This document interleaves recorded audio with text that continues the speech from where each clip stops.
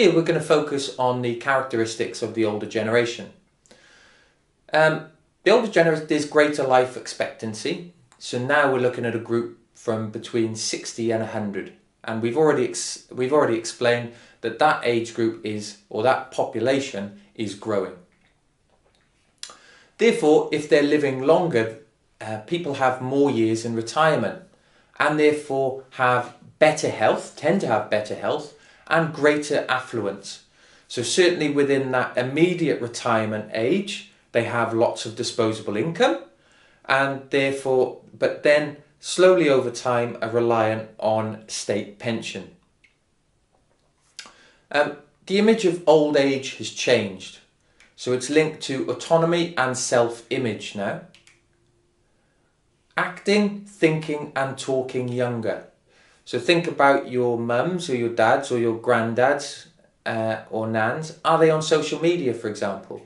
I know, well, my nan is 91 and she's not on social media, but certainly my mum, who is 71, she's on Facebook every single day. So people, the older generation are acting, thinking and talking younger.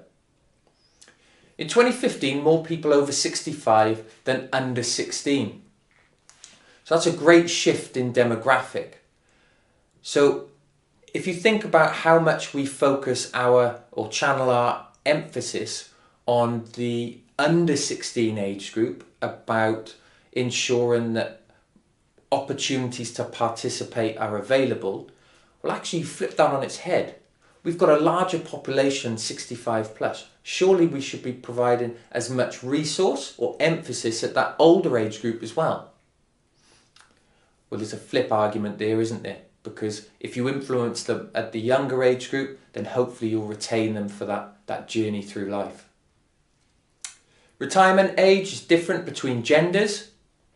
So it used to be 65 for men and 60 for women.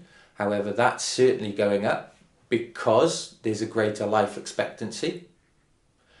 And then physiological and social benefits. So look at the research. The real motives at this age is much more social.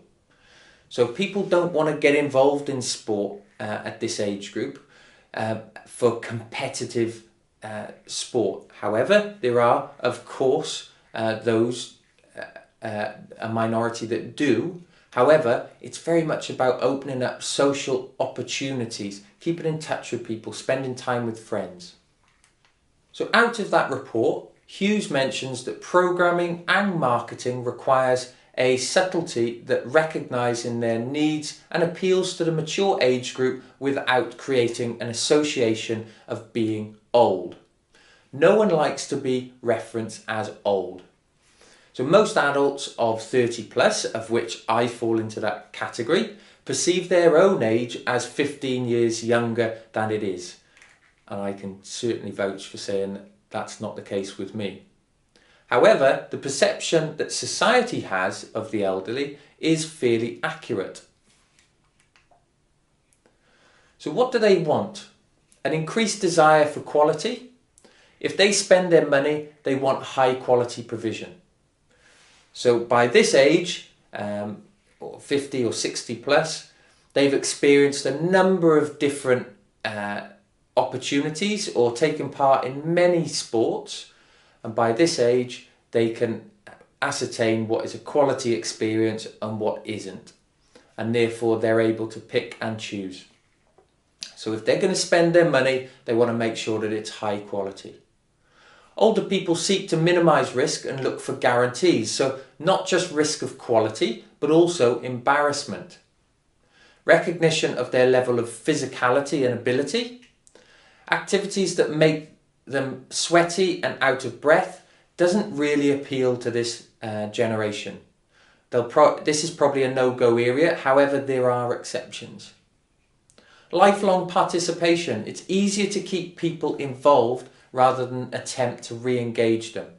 Sometimes we need to re-engage. So how do we do that? Well, this next slide provides us with an example of how we break down in the key elements of engagement into 4 categories. Disengagement scattered through the life course. So challenge for sports development is to re-engage. So they've disengaged totally from physical activity, and then the sports development teams are there to try and re-engage with that group. Re-engagement. So it's unusual for people in later years to return to the same sport. The challenge is to attract them back to sport in general. So I played football when I was younger. I had many injuries, but I played competitive football. We've talked in this module about life transitions and them being certain stages whereby people drop out of sports and take up other sports, and that's certainly what happened to me. We moved as a family, and through the relocation I therefore no longer took part of a football club, and I started to cycle to work as my fitness. Activity. Unusual for people to take up a range of new activities unless they're replacing or shocked by their health. More likely for physical activity than for sport. So we've already mentioned previously in this module or in this session about a visit to the doctor, and they say actually you're putting on weight at a rapid rate and therefore you need to engage in some sort of physical activity, otherwise an onset of diabetes is inevitable.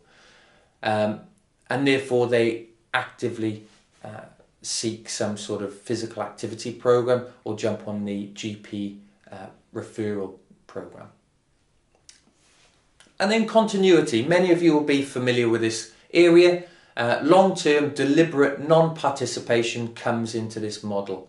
Most popular sport here is football, and what they try and do is provide different versions of the game at different stages in your life.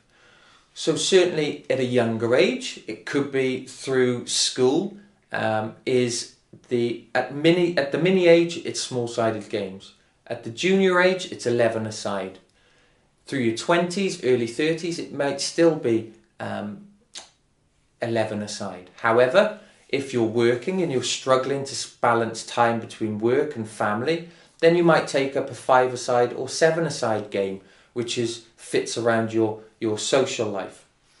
And then you move into later in life, and then it's the first time I would have referenced it within this session, but walking football could be an opportunity for people to re-engage or continue with that individual sport.